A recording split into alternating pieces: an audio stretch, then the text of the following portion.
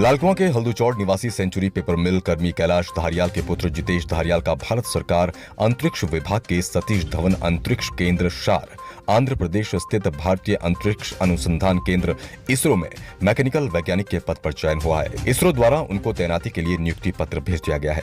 वहीं वो पूर्व में इंद्रप्रस्थ गैस दिल्ली में डिप्टी मैनेजर के पद पर सेवारत रहे हैं। उनकी प्रतिभा को देखते हुए मुख्यमंत्री द्वारा उन्हें 50,000 रुपए का पुरस्कार भी दिया गया। 2019 में इंद्रप्रस्थ गैस दिल्ली से इस्तीफा देकर उन्होंने IAS की तैयारी शुरू कर दी, जिसमें उन्होंने प्री परीक्षा को पास भी किया। उनके चयन पर क्षेत्र में खुशी की लहर है। आज पूर्व कैबिनेट मंत्री हरीश चंद्र दुर्गापाल ने होनहार छात्र के निवास पर पहुंचकर छात्र को मिठाई खिलाकर बधाई दी।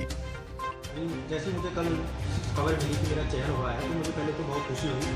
और अभी आवश्यकता की बात की जाए तो इसरो में एक श्रीहरिकोटा में उनका लॉन्चिंग सेंटर है, तो जहाँ से उनकी मिसाइलें सारी लॉन्च होती है ना, तो उधर पर मेरा चयन हुआ है।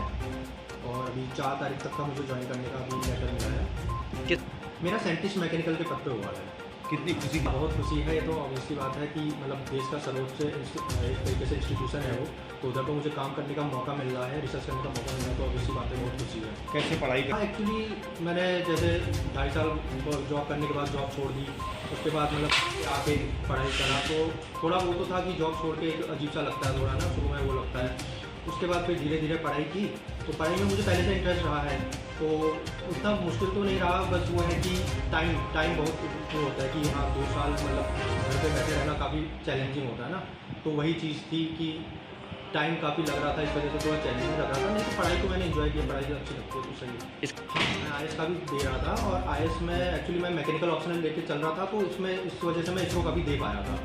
तो मैंने पिछले साल दिया था IAS का, पहला अटेम्प्ट था मेरा पिछले साल, तो उसमें मेरा प्री में तो हो गया, लेकिन मेंस मेरा क्वालिफाई नहीं हो पाया था। तो इस बार मैं अभी दोबारा दूंगा 5 तारीख को। परिवार में नहीं, मैं पूरे परिवार का ही क्रेडिट कहूँगा, क्योंकि पिताजी, माताजी और साथ में बहनों का भी सबका एक तरीके से बहुत बड़ा योगदान रहा है। उनसे मुझे एक तरीके से सपोर्ट किया है घर पे, तो वो बहुत बड़ा तो देश की IAS की भी तैयारी कर रहा था और इसरो का भी दिया है। तो मेरा मैं जैसे और कोई एग्जाम में बैठ भी नहीं रहा था जनरली ना, तो ये IAS का और इसरो का ही मेन फोकस रहा था। तो पहले से था कि देश के लिए कुछ करना है। ऑब्वियसली बात है कि देश की जब मैं एक्चुअली देश की कंडीशन जब जैसे हम IAS की तैयारी करते हैं तो हमें मालूम चलता है कि हाँ क्या इकोनॉमिक कंडीशन चल रही है, क्या पॉलिटिकल कंडीशन चल रही है, तो उसके हिसाब से हमें लगता है कि काफ़ी कुछ सुधार हो सकता है उसमें, और एज ए साइंटिस्ट हम उसमें काफ़ी कुछ योगदान कर सकते हैं।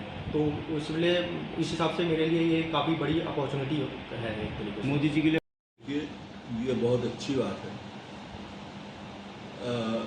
ग्रामीण परिवेश में रह करके जिस छात्र ने अपने जीवन में एक नया कदम बढ़ाया हो, जितेश धारियाल, और उसका सिलेक्शन इसरो में साइंटिस्ट मैकेनिकल के रूप में हुआ है, ये बहुत अच्छी बात है।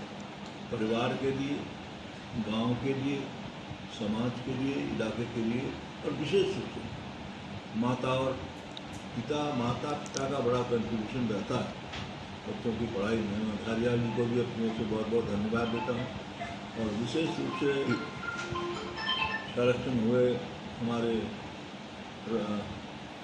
जितेश धारियाल, जो अब साइंटिस्ट कहने जाएंगे इसरो में, उनको और उनके उज्जवल भविष्य की कामना करता हूँ।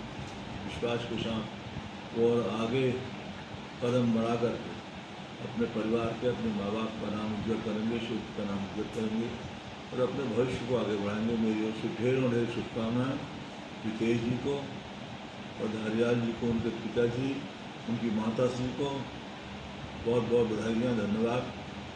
इस विश्वास के साथ उन्होंने इस परिवार का, अपने माता पिता का नाम आगे बढ़ाने के लिए जो कर प्रयास किया है, उसके लिए वो बधाई के पात्र हैं। बहुत बहुत धन्यवाद।